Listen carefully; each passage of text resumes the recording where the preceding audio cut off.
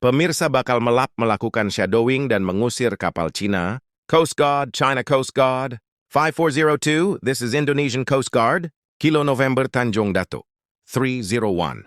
Percakapan itu bukan dari film perang, itu terjadi di laut kita, di halaman rumah kita. Perhatikan kapal putih raksasa ini. Namanya CCG ke-5901, julukannya The Monster, ukurannya 12.000 T. Untuk perbandingan, kapal perang fregat tercanggih milik Indonesia, ukurannya bahkan tidak sampai setengahnya. Kapal ini bukan sekedar lewat, dia parkir berhari-hari di dalam zona ekonomi eksklusif di Indonesia. Sementara kita sibuk dengan hiruk-pikuk politik, di Jakarta di ujung utara sana, diam-diam pagar rumah kita sedang digeser. Dunia gempar ketika Tiongkok merilis peta standar. Edisi terbaru bukan lagi 9 garis putus-putus, tapi sekarang menjadi 10 desalin. Garis itu melengkung jauh ke selatan, memotong Laut Natuna seolah-olah laut leluhur kita adalah kolam renang pribadi mereka. Banyak pakar geopolitik memprediksi 2026 akan menjadi titik didih.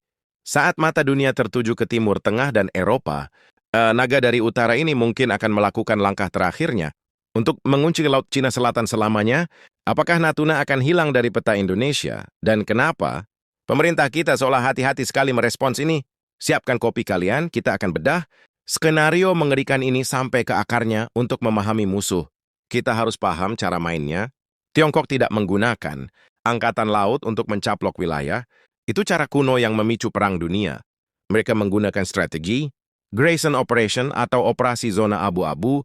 Mereka mengirim ribuan kapal nelayan yang sebenarnya adalah milisi maritim terlatih, membanjiri laut kita ini, disebut salami slicing, taktik mengiris tipis-tipis.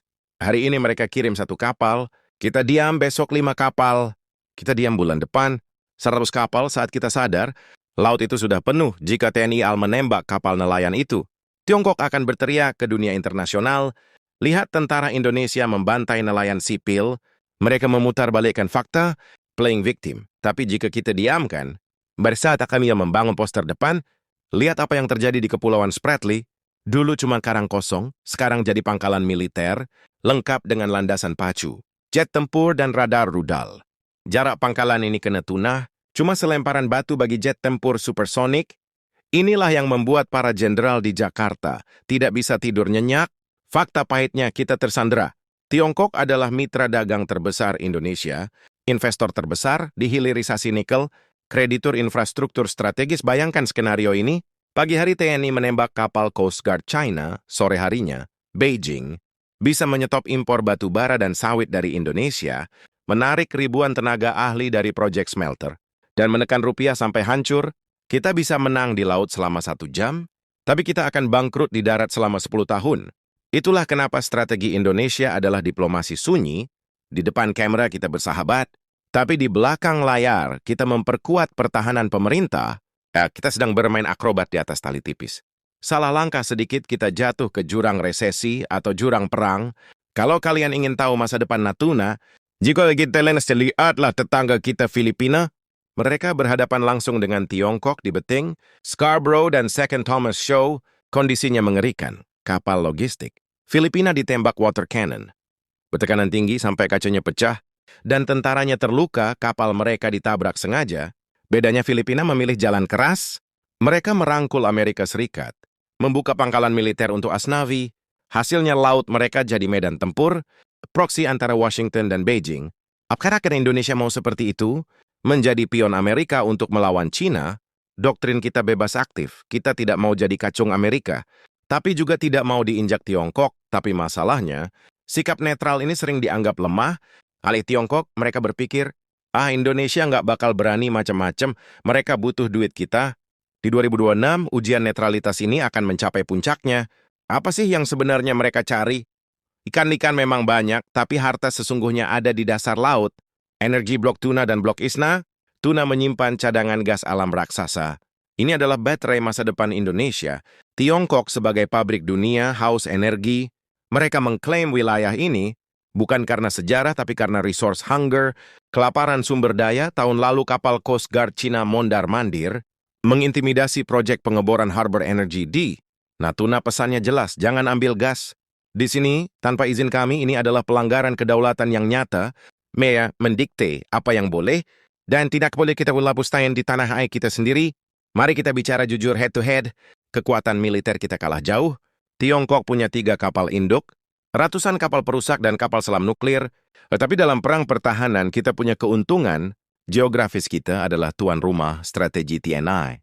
Bukan untuk mengalahkan Cina di laut terbuka. Itu bunuh diri strategi kita adalah A2, Air Anti-Access, Area Denial. Bikin mereka sakit kalau berani masuk. Kita beli 42 jet Rafale. Kita pesan kapal selam Scorpion yang senyap. Kita pasang rudal anti-kabel di pulau-pulau terluar.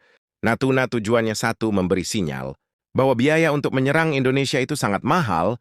Pulau Natuna besar sekarang sedang diubah menjadi kapal induk. Tak bisa tenggelam, landasan pacu diperpanjang, hangar drone dibangun, bunker logistik disiapkan di 2026. Natuna akan menjadi benteng terkuat di utara Indonesia. Pertanyaannya, apakah benteng ini siap sebelum badai datang? Kenapa 2006? Karena di tahan-tahan mendatang Amerika Serikat mungkin akan sibuk dengan konflik Taiwan atau masalah domestik mereka sendiri. Saat polisi dunia lengah, itulah saat maling beraksi. Tiongkok mungkin akan meningkatkan tekanan di Natuna, menguji batas kesabaran Presiden Indonesia yang baru skenario terburuk. Kita kehilangan akses ke laut kita sendiri. Seperti nelayan Filipina, skenario terbaik diplomasi kita berhasil. Dan kekuatan militer kita cukup membuat mereka segan, tapi ingat, diplomasi tanpa senjata adalah musik tanpa alat musik. Kosong kedaulatan itu mahal dan harganya mungkin harus dibayar dengan ketegangan ekonomi atau bahkan darah. Sekarang bola ada di tangan kita. Apakah kita rela menukar kedaulatan laut demi investasi dan kereta cepat, atau kita berani bilang cukup? Meskipun harus makan singkong karena dimusuhi, raksasa ekonomi pilihan yang sulit. Tapi sejarah akan mencatat apa yang kita pilih. Di tahan-tahan krusial ini, tulis pendapat kalian, lawan atau negosiasi saya dari Boleh Tahu. Jangan lupa subscribe untuk update geopolitik paling tajam. Sampai jumpa di garis depan.